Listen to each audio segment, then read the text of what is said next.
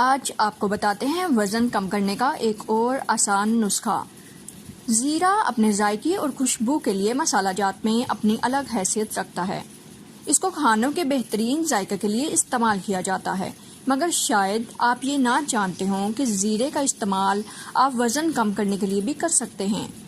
रात को ज़ीरे को पानी में भिगोकर रख दें और सुबह उसको उबालकर इस्तेमाल कर सकते हैं। उसको आप कावा बनाकर भी इस्तेमाल कर सकते हैं या फिर ठंडा करके दिन भर थोड़ा थोड़ा इस्तेमाल कर सकते हैं।